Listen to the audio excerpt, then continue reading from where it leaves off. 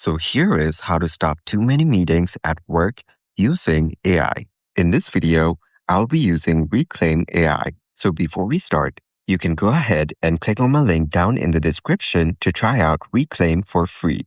So as you can see, we're currently in the website.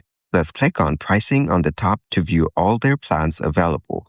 They offer Light, Starter, Business, and Enterprise. You can also switch between monthly and yearly plans. So you can check out their features and choose whichever plan you prefer. Now, let's go ahead and click on Login on the top. You can also book a demo or click on Get Started. But if you don't have an account, just click on my link in the description. So after login, I will select Continue with Google from here. And as you can see, I'm now logged in and in the main dashboard. We're currently in the Planner section. And here, you can view a calendar that you can customize. So here, if you click on this section, you'll be able to view the dates and month. And here on the main calendar screen, you can view all your scheduled tasks or other activities you have on your calendar. Here on the top right, if you click on the settings icon, you'll be able to choose how to view your calendar. And then if you click on this calendar icon, you get options to see your connected calendars, and you can use the search bar to search for your connected calendars. Now, let's cancel this and go over to the right side panel. Over here, you can see options like priorities and tasks. Under priorities, you'll be able to view all the tasks under different levels of priorities. And here on the main screen, if you select on any of the tasks, this is how it will pop up on the right side. You can view their priority type just like this, and also the details of that specific task or meeting on this pop-up right here. It also gives you the option to select the priority for this task. You also have the option to edit or delete it. Now, let's cancel it and go over to the new task option on the top right. From here, you can create a new task.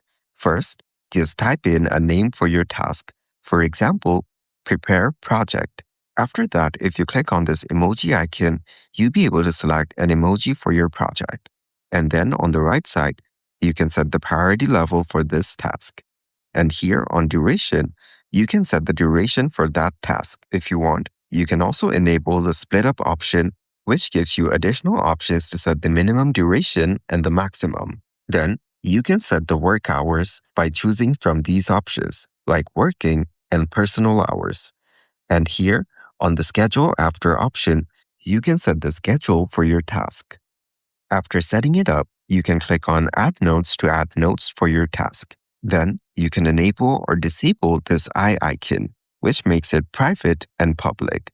So once you're done setting it all up and making sure everything is in order, just click on Create. The task will then be added onto your calendar. And as you can see on the right side, we have the new task added and visible in the priority section.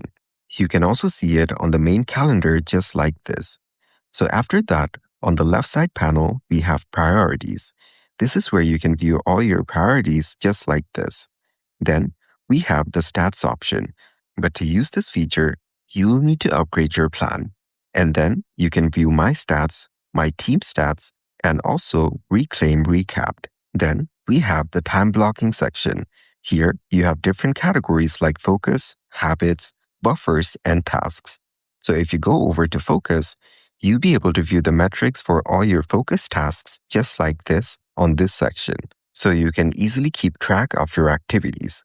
You can also view between last week, this week, and your plans for next week. If you want to make changes, you can just click on Edit Focus Time on the top right. After that, we have Habits. So this is where you'll be able to view all the tasks that fall under the Habits category. And if you go over to Templates from the top, you'll be redirected to this page right here. This is where you can view all the templates and pre-made habits that you can choose from. All you need to do is go through the options and choose one.